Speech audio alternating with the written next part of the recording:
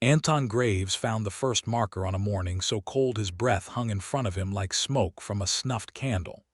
It was carved into the fence post at the northern edge of his orchard, a small crescent shape with 3 notches beneath it, cut clean and recent into the weathered wood. He had walked past that post nearly every day for 3 years and never seen it before. He crouched, ran his thumb over the grooves, and felt something settle uneasily in his stomach, the same feeling he used to get before an ambush, back when reading the land wrong could cost a man his life. He had hung up that particular instinct along with his blade 5 years ago, when he traded a mercenary's wages for a plot of stubborn, rocky ground in Thornwake Valley and 100 bare-root apple and pear saplings. Everyone in Millbrook Crossing had told him the soil was too thin, the winters too hard, the valley too lawless for a man to build something that took years to bear fruit. He had planted anyway, because he wanted, more than he wanted safety or comfort, to grow something that would still be standing long after he was gone. 5 years later, the trees were heavy with fruit each autumn, and the cider he pressed from them was traded as far as the outlaw camps in the southern draws and the ranch holds along the ridge. He straightened, looked down the fence line, and found 6 more of the same mark, spaced evenly along the entire northern boundary of his land, the boundary that faced the open scrubland where raiders like to run their horses before a strike. "Garrick," he called toward the barn, where an old friend with a limp and a gray beard was mending a harness.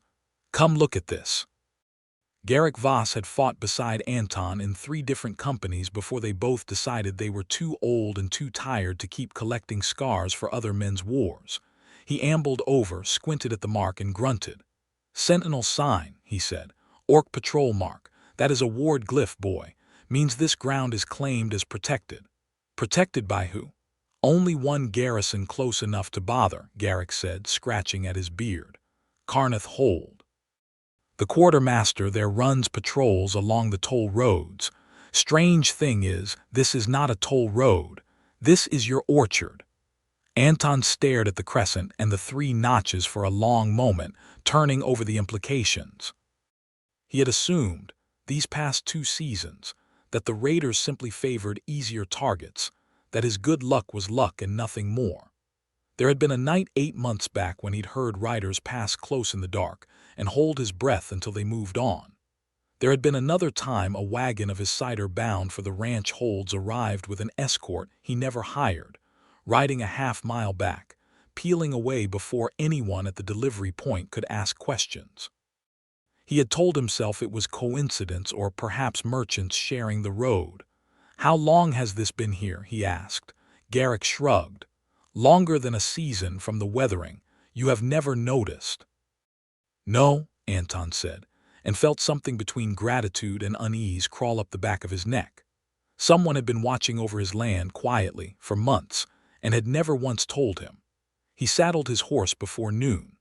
The ride to Carneth Hold took the better part of a day, along a trail that cut through dry grass hills and skirted the edge of Widow's Notch, a canyon whose steep red walls funneled every traveler through a mile of narrow, shadowed stone before opening back onto flatter ground. Anton had used that canyon a dozen times without a second thought. Those sellswords he had known in his old life always said a canyon like that was a killing ground waiting for the right desperate men to use it. Carneth Hold rose out of the hills like something the land had grown rather than something built, an old border fortress of dark stone that had changed hands 3 times in the last century before an orc garrison claimed it as a neutral trading post a generation ago. Its walls were scarred but sound, its gates wide enough for wagon trains, and its market yard, when Anton rode through, was loud with the business of a dozen different peoples haggling over grain, salt, tools, and rumor. He found the quartermaster's stores in the old keep, a long stone hall lined with shelves and ledgers, and he found Rasha Frostbane bent over a table covered in tally sheets, a stub of chalk in her hand, tallying crates of salted meat against a manifest with the quiet, ferocious focus of someone who trusted numbers more than most people's promises. She looked up when his shadow crossed the doorway. And Anton, who had faced armed men without flinching more times than he could count, found himself briefly, foolishly unable to speak. She was tall even by orc standards, her shoulders broad and her stance rooted like something that did not move unless it chose to. Her skin held the deep green-gray of weathered river stone, and her dark hair was pulled back in a thick braid threaded with small iron beads that clicked faintly when she turned her head. She wore fitted leather, a sleeveless quartermaster's bodice laced tight along the ribs and dyed the deep brown of the fortress colors, with vambraces buckled over strong forearms and a short curved blade resting easy at her hip, more habit than threat. Her tusks were modest, filed smooth at the tips in the manner of orc women who worked closely with trade and diplomacy rather than open war, and her eyes, when they settled on him, were a pale, striking amber that missed nothing. "You are the orchard man," she said. It was not a question. "Graves. Anton Graves," he said, recovering himself enough to step fully into the hall. "I would like to ask you about a mark on my fence posts." Something in her jaw tightened just slightly, the only sign that his question had landed anywhere near true. "Which mark?" she said, though her tone suggested she already knew. "A crescent with 3 notches. My friend tells me it is a Sentinel ward. He tells me only Karnath holds patrols use that mark." He set his hands on the edge of her table, not aggressive, simply present. "I have farmed that land for 5 years without an escort and without paying a single toll to this garrison. I would like to know why my fence line has been under someone's protection without my knowledge, and why that someone never thought to mention it." For a moment she said nothing, and he watched her decide with visible effort whether to lie to him. "Because if I had told you," she said finally, "you would have insisted on paying for it, and I did not extend that protection for coin." "Then why?" She set down her chalk, folded her arms, and looked at him the way she might look at a shipment she was deciding whether to trust. "2 seasons ago a caravan came through the notch carrying your cider," she said. "Raiders hit it before my patrol reached them. Your driver was an old man, half blind, and instead of running he stood over the crates and told the raiders they could take his life before they took goods that were not his to give away. I heard about it from my own scout, who arrived too late to stop the theft but not too late to see the old man still standing when it was over, bleeding from a cut across his scalp, refusing to move." She paused. "I asked around the market yard about the man who grew apples worth dying over. What I heard was that you pay every worker a fair wage even in a bad harvest, that you have never once shorted a buyer a single pound of fruit, and that you sheltered an orc trader's family in your barn during a blizzard 3 winters back when half the town would not open their doors to them. I decided your orchard was worth keeping safe. That is all." Anton absorbed this in silence, feeling the shape of the last 2 years rearrange itself in his mind. He remembered the blizzard, remembered the family he had sheltered, a mother and 2 half-grown sons whose wagon axle had snapped a half-mile from his gate. He had not thought of it as anything but the obvious thing to do. "You could have told me," he said, quieter now. "I would have thanked you. I would have wanted to know a debt existed." "There is no debt," Rasha said, and for the first time something like humor moved at the corner of her mouth, sharp and quick. "I am not in the business of being thanked, Graves. I am in the business of deciding what is worth protecting in a valley that mostly is not. You asked why. Now you know why. Do with it what you like." He should have left it there. Instead, he found himself staying another hour, then 2, watching her run the quartermaster's hall with a kind of brisk, exacting competence that reminded him uncomfortably of the best captains he had served under, the ones who kept men alive not through luck, but through relentless attention to every detail everyone else considered beneath them. She caught a miscount in a grain shipment before the carter had even finished speaking. She settled a dispute between 2 traders over a damaged crate by simply producing, from memory, the exact weather conditions on the day the crate had been loaded, proving the damage predated the trade. She did not raise her voice once, and everyone in that hall, human and orc alike, deferred to her without being asked. When he finally rode home that evening, he found himself thinking less about the mystery he had come to solve and more about the woman who had solved it for him without ever intending to be found out. The trouble that would eventually pull them together properly began, as trouble in Thornwake Valley so often did, with the harvest. It started small. A blight crept through a stretch of wheat fields near the southern ranch holds, turning the grain gray and brittle before it could be threshed. Then it spread, jumping fields that should have been too far apart to share whatever sickness lived in the soil, until half the valley's harvest stood ruined in the rows. On its heels came a wasting cough that moved through Millbrook Crossing and the outlying homesteads, thinning livestock and leaving grown men too weak to work their own land.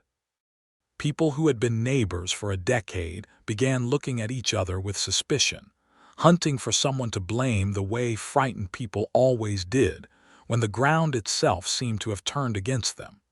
It did not take long for the blame to land on the orcs of Carneth Hold. Anton was at the town meeting hall in Millbrook Crossing when Overseer Caswell, a heavy-set man who ran the ranchers' council with the confidence of someone who had never once doubted his own judgment, stood at the front of the room and told 40 frightened farmers that the grain shipments coming down from the hold had brought the blight with them. That orc grain grown in orc soil carried something in it that human land could not abide. "That is not true, and you know it," Anton said, standing before he had fully decided to. "I have bought grain from Carneth Hold for 3 seasons. My orchard is thriving. If their grain carried some sickness, it would show in my trees before it showed in your wheat." "Your orchard is not wheat, Graves," Caswell snapped, "and you have gotten friendly with that garrison in ways some of us find troubling." "I have gotten friendly with people who deal fairly," Anton said, "which is more than I can say for whoever is spreading this story without a shred of proof." The room did not agree with him, not entirely, but enough heads turned thoughtful rather than hostile that Caswell did not press further that night. Still, Anton rode away from that meeting with a cold weight in his chest, understanding that fear was doing what fear always did in a hungry valley, turning neighbors into enemies and looking for the easiest target instead of the true one. He went to Carneth Hold 3 days later, not for cider trade but to warn Rasha directly.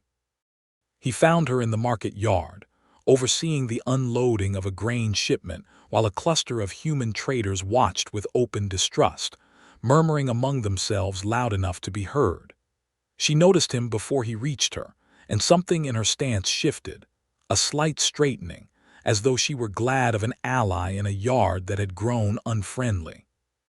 "They are saying your grain carries the blight," Anton told her once he was close enough not to be overheard. "Caswell stood in front of the whole council and said it. If this keeps spreading, they will refuse to trade with the hold at all, refuse to let you into Millbrook Crossing." Rasha's jaw set, but she did not look surprised. "We have heard the rumor," she said. "My matron, Ura Stonewell, believes it will pass once the panic burns itself out. I am less certain. Fear does not always burn itself out. Sometimes it simply finds new fuel." "What if there was a way to prove it wrong?" Anton said, loudly enough that even Caswell could not argue with it. She studied him, and he watched her turning the problem over the way she had turned over the grain manifest on the day they met, searching for the flaw in it before she committed to a plan. "The Ranchers' Council holds a harvest summit at the turn of the season," she said slowly. "Every settlement in the valley sends someone to negotiate trade terms for winter. If the hold and Millbrook Crossing appeared there with proof of a bond strong enough that no one could call it convenient politics, it might quiet the worst of the rumors. A partnership, something they could see with their own eyes and not simply hear reported to them." "What kind of partnership?" Rasha's mouth curved, not quite amused, not quite serious. "Among my people, a courtship between 2 houses is treated the same as a trade alliance under the law. It requires no permission beyond the woman's own will, and it carries weight because everyone understands what it costs to enter one falsely. If I were to court a respected human landholder, publicly, it would say more than any speech Caswell could give." Anton felt his pulse pick up in a way that had nothing to do with danger. "You are suggesting we pretend to be courting." "I am suggesting we use what we already have," Rasha said. "Respect, trust, a history of looking out for each other whether you knew it or not." It would not require much pretending, Graves, only a willingness to be seen. He should have hesitated longer than he did. Instead, he thought of the boundary markers on his fence, the months of quiet protection he had never known to thank her for, the way she ran her haul like she carried the whole valley's survival on her shoulders and never once complained of the weight. "All right," he said. "Tell me what being seen requires." Being seen, it turned out, required rather more than either of them expected. It required Anton spending 3 days a week at Carneth Hold, learning the rhythms of the quartermaster's haul well enough to be useful rather than decorative, hauling crates and checking manifests alongside her while traders watched and whispered, and gradually stopped whispering quite so much. It required Rasha riding down to Fallow Creek to walk his orchard rows with him, asking sharp, genuinely curious questions about grafting and pruning that had nothing to do with performance and everything to do with the fact that she had never had reason to learn how trees were coaxed into bearing fruit on poor soil, and found she wanted to know. It required, more than either of them planned for, time spent simply working side by side, and it was in that work that something began to shift. She taught him to read a manifest the way a scout read a trail, catching the small inconsistencies that meant theft or error before either could do real damage. He taught her to test a cider press's tension by feel, guiding her hands over the worn wooden gears until she found the exact point of resistance that meant the fruit was giving up its juice at the right pace. Her hands were strong, calloused from years of hauling crates and drawing a blade, and the first time his fingers closed briefly over hers to correct the angle of her grip on the press handle, neither of them pulled away as quickly as professionalism would have suggested. "You are patient," she told him one afternoon, watching him check the graft unions on a row of young pear trees, tying each one with practiced, gentle care. "I did not expect that, from a man who used to make his living with a blade." "Patience is why I am not still making my living with a blade," Anton said. "You cannot rush a tree into bearing fruit. You cannot argue it into growing faster. You can only give it what it needs and trust the work."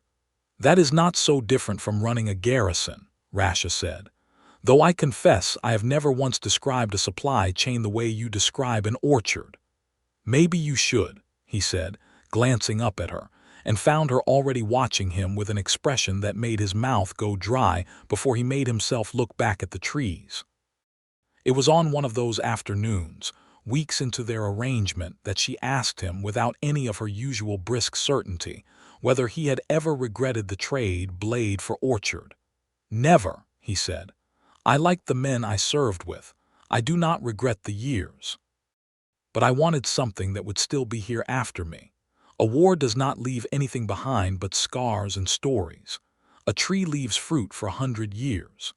She was quiet at that, turning it over, and later that evening, when he walked her horse to the edge of his land before she rode back to the hold, she paused with one hand on the saddle and said, "I have spent 15 years keeping a garrison fed and armed and prepared for whatever the valley throws at it.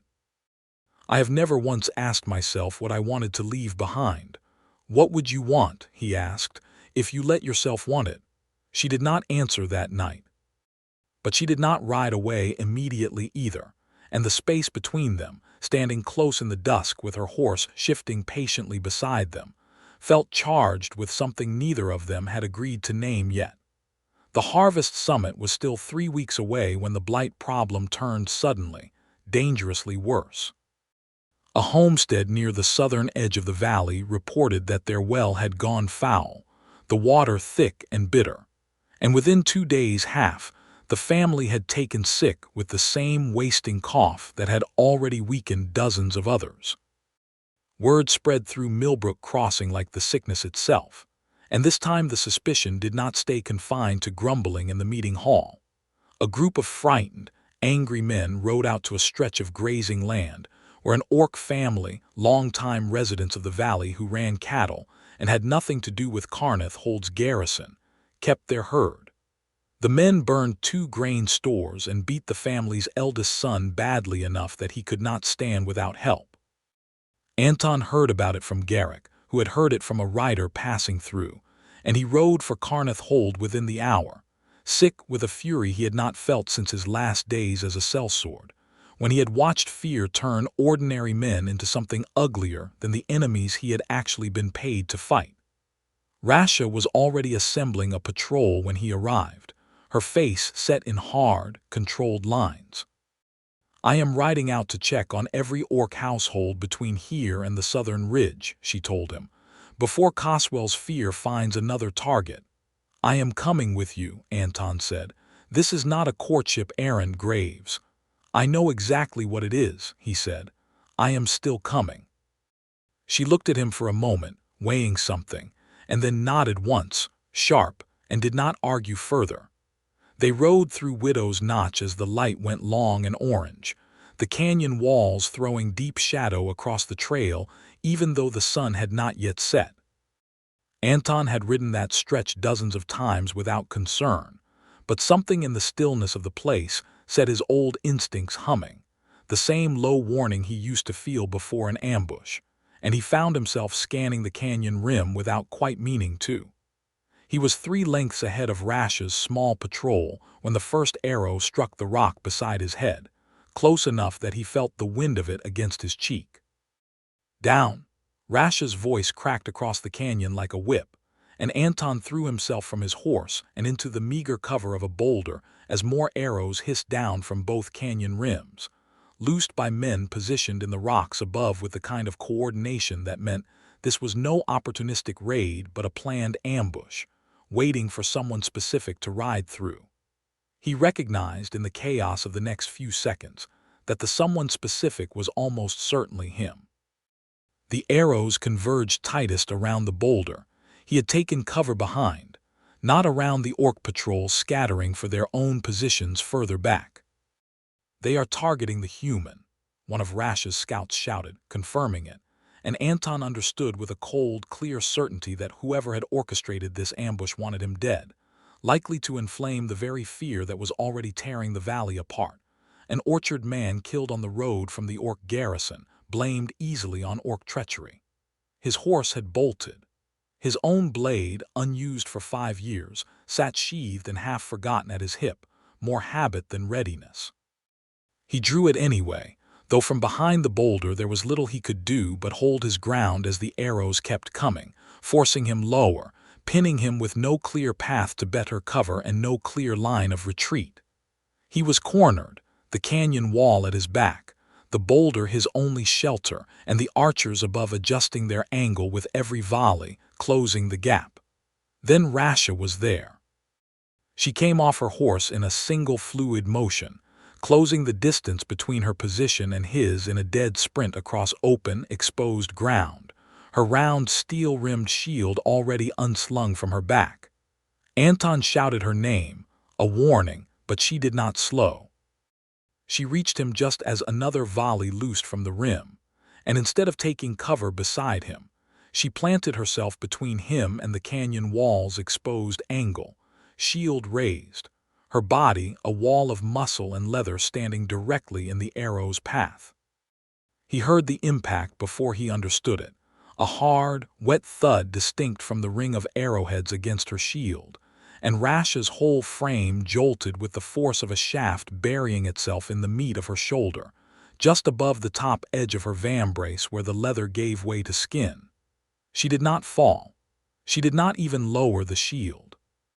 She planted her feet wider, teeth bared, and roared something in her own tongue toward the canyon rim that Anton did not understand but that carried unmistakably a promise of violence, and her scouts, rallying at the sound of it, began returning fire toward the ridgeline with their own bows, forcing the ambushers to break cover or die exposed. "Rasha," Anton said, his voice raw, reaching for her even as she kept the shield up, kept her body angled to cover his. "You are hit, let me. Stay down," she snapped, not unkindly, every word tight with pain she was refusing to acknowledge. "This is not finished." It took another 2 minutes, though it felt far longer, for her scouts to drive the remaining archers off the ridge, one of them tumbling and breaking against the rocks below in a fall that ended any further threat from that quarter, the rest scattering into the scrubland beyond the canyon's rim. When the last arrow finally stopped falling, the silence that followed was almost worse than the fighting had been, thick and ringing. Only then did Rasha lower the shield, and only then did Anton see the full extent of the wound, the arrow shaft jutting from just below her collarbone, blood already soaking dark through the leather of her bodice. "You absolute," he started and stopped himself because the word he wanted was not fair to what she had just done, was not fair to a woman who had thrown her own body into an arrow's path without a heartbeat of hesitation. "Why?" he said instead, kneeling beside her as she finally allowed herself to sit back against the boulder. "Why would you do that?" "Because you were cornered," she said through gritted teeth, "and I was not going to watch it happen from a distance. You could have died." "So could you," she said, "and I decided that was worse." He tore a strip from his own shirt with hands that were not as steady as he wanted them to be, and pressed it around the wound, careful, his fingers brushing her collarbone, her jaw, her cheek as he steadied her head against the rock. She let him. She let him in a way that told him, more clearly than any words could have, that whatever had begun between them in ledgers and orchard rows was no longer something either of them could call pretend. "We need to get this arrow out and get you back to the hold," he said. "Can you ride?" "I have ridden with worse," she said, though her voice had gone thinner, and when he helped her stand, she leaned into him for one brief, unguarded moment before straightening on her own strength again, refusing to be carried, insisting on walking to her horse under her own power even as blood soaked further into the makeshift bandage. They made it back to Carneth Hold as the last light drained from the sky, and it was there, in the quiet stone room where the Hold's healer worked the arrow free and stitched the wound closed while Rasha gripped Anton's hand hard enough to bruise and did not once cry out, that she finally let him see the part of her she had spent her whole career keeping hidden. "I almost did not reach you in time," she said quietly, once the healer had gone, and the room held only lamplight and the smell of crushed herbs. "My scouts reported the canyon clear an hour before we rode through it. I trusted the report instead of my own instinct, which told me something was wrong the moment we entered the notch. I hesitated a full 10 seconds before I called the alarm. I have led that garrison for 6 years, Anton, and I have never once frozen like that. If those archers had been faster, if you had been 3 steps further from that boulder, you would be dead because I doubted myself for 10 seconds. You did not freeze," Anton said. "You crossed open ground under arrow fire to reach me. That is not a woman who hesitates." "I hesitated first," she said, and the admission cost her visibly, her jaw tight, her amber eyes fixed on some point past his shoulder rather than on him. "I have never told anyone that. My garrison believes I am steady in every crisis. My matron believes it. I need them to believe it, because a quartermaster who doubts herself in front of her people is a quartermaster who gets someone killed on a day she is not lucky enough to recover from her own hesitation." She finally looked at him. "I am telling you because you were the one standing in that canyon, and you deserve to know how close it came to being worse than it was, and because I find, against every instinct I have spent years training into myself, that I do not want to hide it from you." Anton reached out and closed his hand over hers where it rested on the blanket, careful of the bandaged shoulder. "I have led men into fights I doubted we could win," he said. "Every good soldier hesitates sometimes. The difference between a good one and a dead one is what they do with the hesitation. You crossed that ground, Rasha. 10 seconds of doubt does not undo that. You are the only person in this valley who knows it happened," she said. "I would ask you to keep it that way. Not because I am ashamed, but because my garrison needs to believe in a steadiness I am not always certain I have. They need it more than I need to be fully known." "Then I will keep it," Anton said, Because you trust me with it, and I do not intend to make you regret that."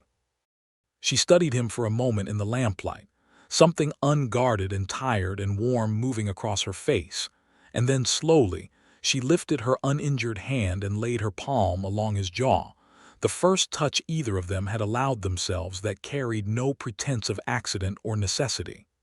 "When did this stop being politics?" she asked quietly. "For you?" "Around the time you taught me to hold a shield properly and got frustrated when I would not stop watching your hands instead of the drill," Anton admitted. "For you?" "Around the time I decided your fence line was worth protecting for reasons that had nothing to do with cider," she said, and when he leaned in, she met him halfway, the kiss unhurried and careful of her wound, warm in a way that settled something in his chest that had been unsettled since the moment he first walked into her quartermaster's hall and found himself unable to speak. The following weeks should have been easier, given how thoroughly the ambush had proven the alliance was no longer pretend. Instead, they grew harder, because word of the attack reached both Millbrook Crossing and Carneth Hold's own elders within days, and both sides drew conclusions that suited their fears rather than the truth. Coswell used the ambush as proof that association with the Hold made a man a target, that Anton had brought danger onto Valley roads by playing at courtship with an orc quartermaster for political convenience. Several of Rasha's own garrison, including her second-in-command, a scarred veteran named Uzka Ironhide, quietly worried that a quartermaster distracted by a human courtship had nearly gotten herself killed shielding him, that her judgment on the road had been clouded by feelings that had no place in a sentinel's duties. Matron Ura Stonewell, who governed Carneth Hold's council of women elders and held final say over any partnership under orc law, summoned Rasha privately to hear her account, and though she ultimately voiced no objection to the match itself, since orc custom left such choices entirely in Rasha's own hands, she did press one hard question that lodged itself deep in Rasha's chest and would not let go. If protecting him again meant choosing between his life and the safety of this garrison, Ura asked, which would you choose? Rasha had no honest answer ready, and the not knowing frightened her more than the arrow wound had. She came to Fallow Creek 3 days later, her shoulders still bound beneath her bodice. Her expression set in the same controlled lines Anton had learned meant she was preparing to do something she considered necessary and painful in equal measure. "This has to end," she said, before he had even finished latching the gate behind her horse. "Not the alliance for the summit. That we will honor, because too many people are already watching for it to unravel now without making things worse for both settlements. But whatever this has become between us, personally, needs to end here." Anton studied her, unhurried, and did not immediately argue, which seemed to unsettle her more than resistance would have. "You almost died in that canyon because I was too close to you to think clearly," she pressed on. "My matron asked me a question I could not answer honestly, and that terrifies me more than the arrow did. I built my whole life on being someone my garrison can trust without doubt.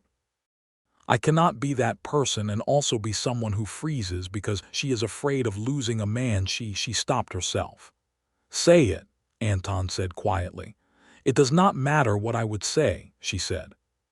"What matters is that Coswell wants a reason to sever every tie between Millbrook Crossing and this Hold, and my own second-in-command is beginning to wonder if I can be trusted to lead clearly when your safety is in question.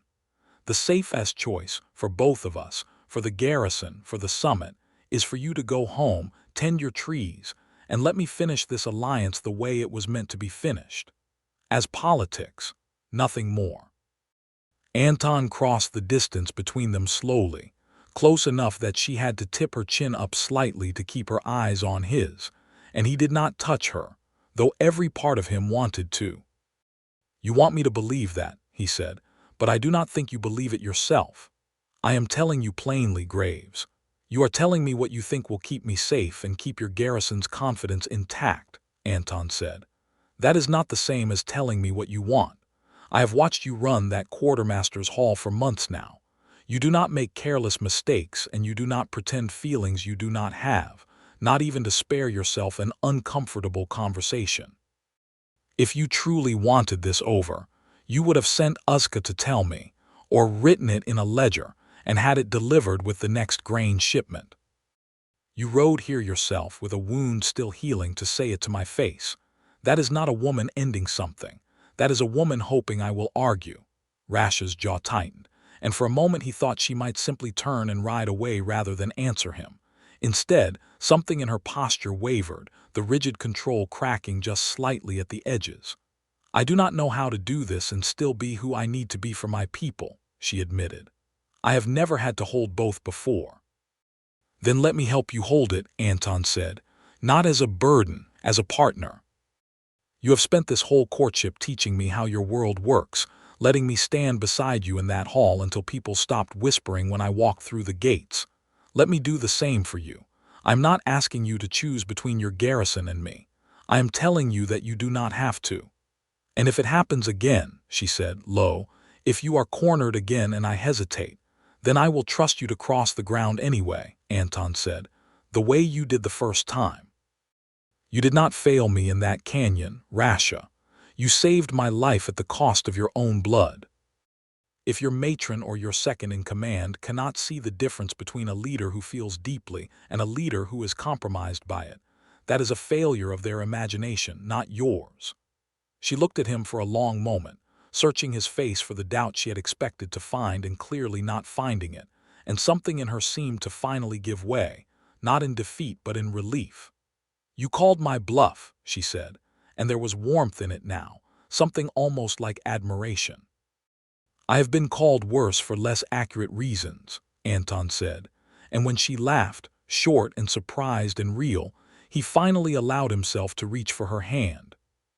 I do not know how to fix what Caswell believes, she said, or what Uzka fears. We fix it the same way we have fixed everything else, Anton said. We find the truth underneath the fear and we drag it into the light where everyone can see it. The truth, when they finally found it, was uglier and simpler than either of them expected. It began with the well.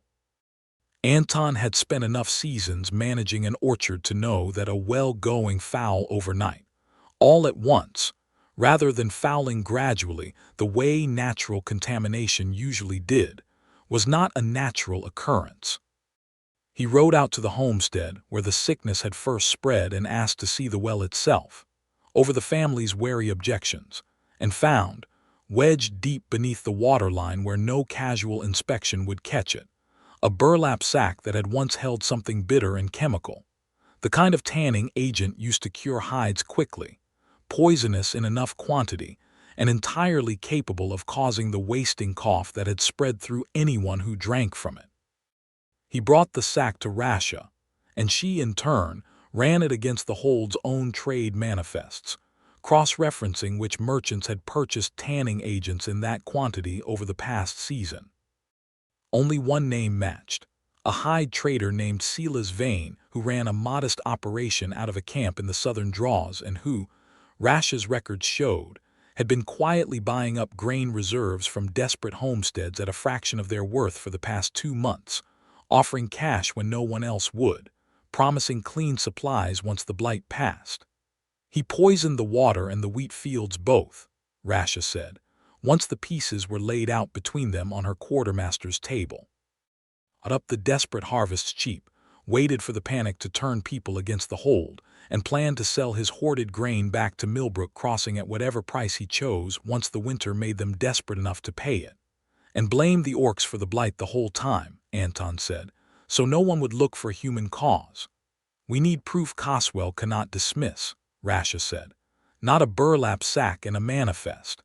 He will call it convenient fabrication meant to clear the hold's name.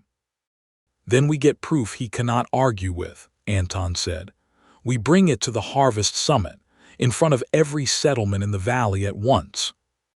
The Harvest Summit convened in the wide meeting hall of Millbrook Crossing, packed shoulder to shoulder with ranchers, homesteaders, and a delegation from Carneth Hold led by matron Ura Stonewell herself, Rasha at her side with her healed shoulder held straight and proud beneath her bodice.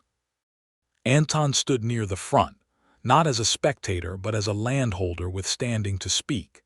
And when Coswell opened the proceedings by once again raising the specter of tainted orc grain, Anton stepped forward before the murmur of agreement could fully rise. "I have proof of what actually poisoned the Yates well and the wheat fields," he said, loud enough to carry to the back of the hall, "and it did not come from Carneth Hold."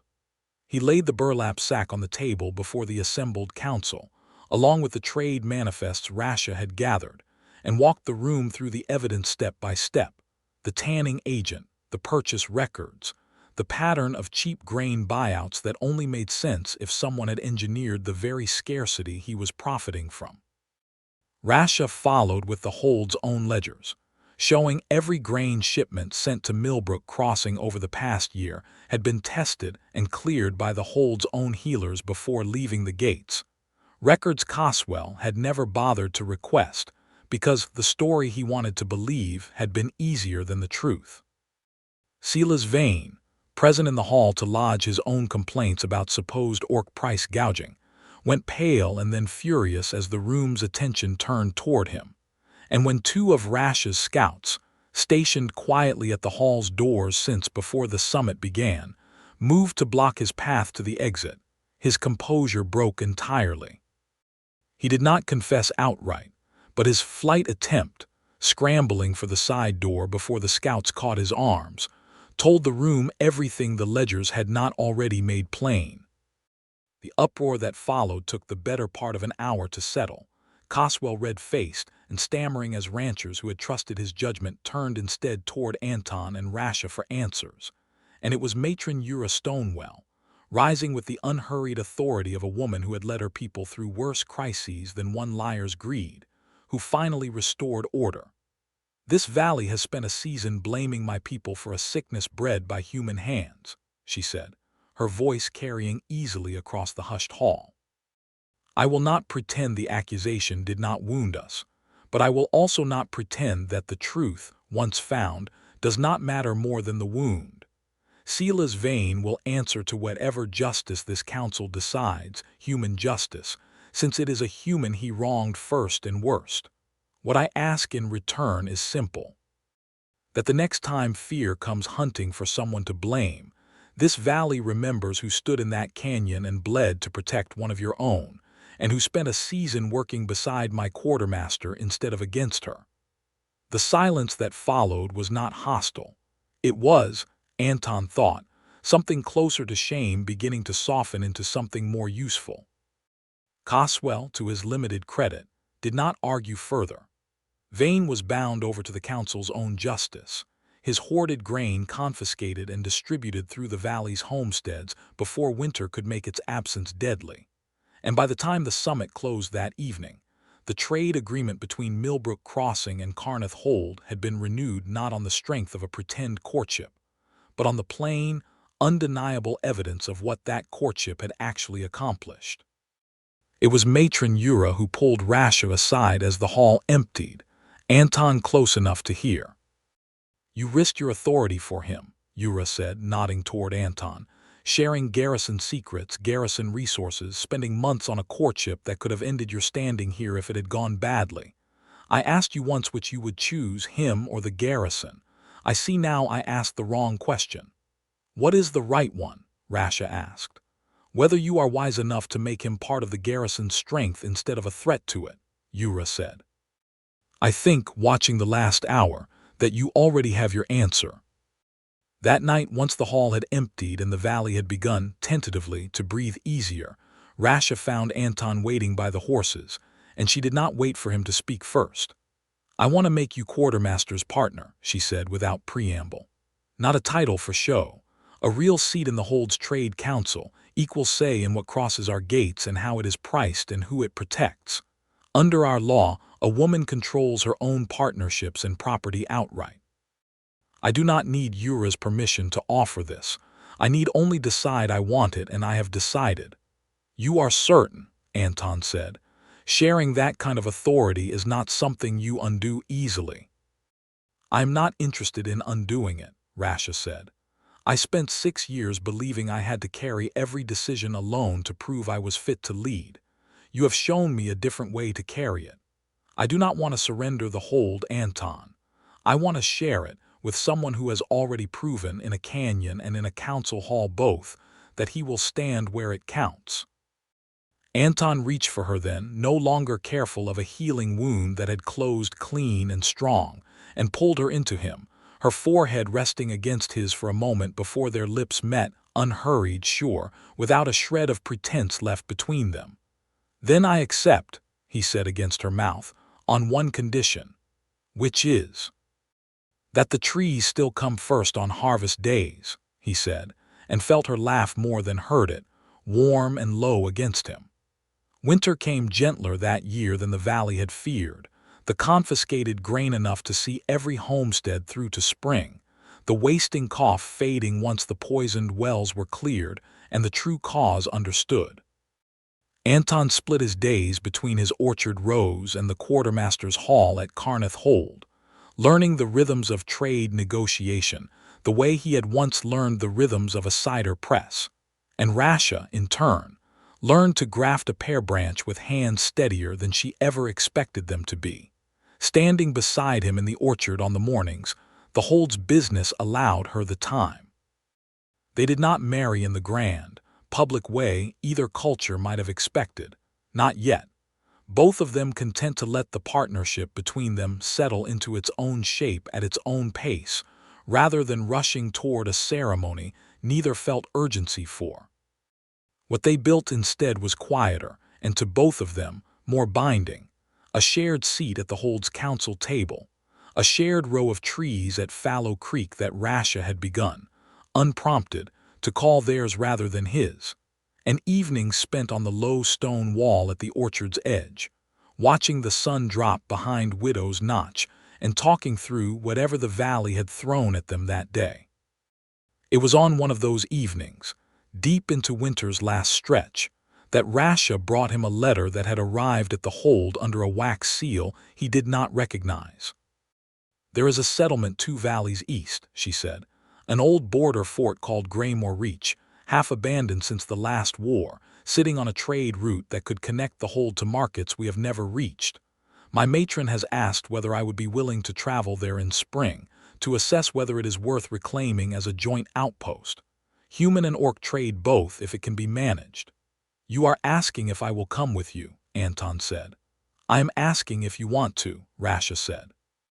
"Not as quartermaster's partner obligated to follow. As Anton Graves, who once told me he wanted to grow something that would outlast him. Graymore Reach would need more than trade agreements to survive. It would need someone who knows how to coax life out of poor ground and someone who knows how to keep a garrison fed while that life takes root. I do not want to build it without you." Anton looked out over his orchard rows, bare now under winter's last frost, patient the way trees were always patient, trusting the coming spring the way he had learned, over the past year, to trust the woman sitting beside him on the wall. "Garrick can manage the trees through the summer," he said. "He has been asking for more responsibility since he stopped being able to keep pace with the ladders anyway." "That is not an answer," Rasha said, though she was smiling now, the expression easy and unguarded in a way she reserved these days only for him. "Yes," Anton said. "I want to build it with you, wherever it is, whatever it takes to get it standing." She kissed him then, unhurried, the iron beads in her braid clicking softly as she leaned into him, and behind them the orchard stood quiet and bare and waiting ready like both of them, for whatever the coming season would ask of it. They rode out for Graymore Reach 3 weeks later, when the last frost had broken, and the first green had begun pushing up through the valley's scarred fields, saddlebags packed with grafting tools and trade ledgers both, Rasha's garrison colors bright against the morning light and Anton's old, half-forgotten blade riding easy at his hip once more, not because he expected to need it, but because a man learns, eventually, that the tools of his past and the tools of his future are not always so different as he once believed. Widow's Notch lay behind them, quiet now, its arrows and its shadows nothing more than a hard memory neither of them needed to fear returning to. Ahead lay 2 valleys of uncertain ground, an old fort waiting to be reclaimed, and a partnership neither law nor prejudice nor a season of fear had managed to break. They rode toward it together, choosing the road the way they had chosen each other, with open eyes and steady hands and no one left to convince but themselves.